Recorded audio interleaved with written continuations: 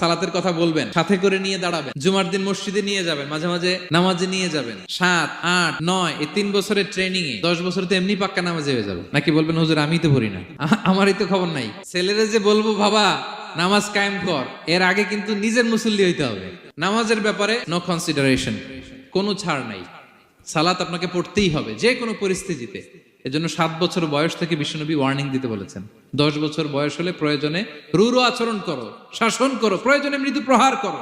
অনেক ফ্যামিলি আছে নিজেও নামাজি, ছেলে মেয়েদেরকেও নামাজের কথা বলে, পড়ায়। জোহর পড়তে দেয়, আসর পড়তে দেয়, মাগরিব পড়তে দেয়, এশা পড়তে দেয়, ফজর পড়তে দেয় না। ফজর নিয়ে টেনশন নাই। কেন?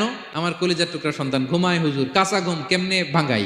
যে বাবা মারা মনে করে সকালে কিভাবে ডাকি, উঠতে চায় না হুজুর, কাঁচা ঘুম কষ্ট হয়ে যায়। ফজরের সময় যদি আগুন লেগে যায় আপনার ঘরে, কি করবেন? আরেকটু ঘুমা, কাঁচা ঘুম। ভিডিওটি ভালো লাগলে চ্যানেলটি সাবস্ক্রাইব করবেন।